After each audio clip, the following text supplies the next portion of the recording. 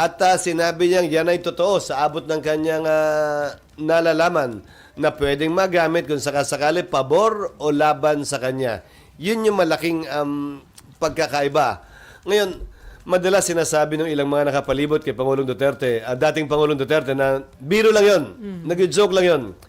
Hindi marahil pwedeng sabihin biro pa kung ano man ang pinanumpaang sinabi niya kahapon.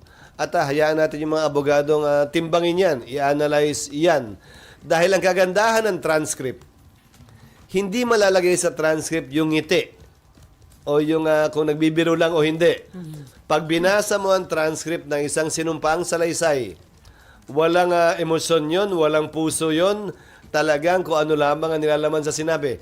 At doon mo marahil mas matitimbang, mas ma-appreciate ano nga ba at gaano nga ba kabigat yung kanyang mga inamin kahapon. Hinihintay ko yun dahil ang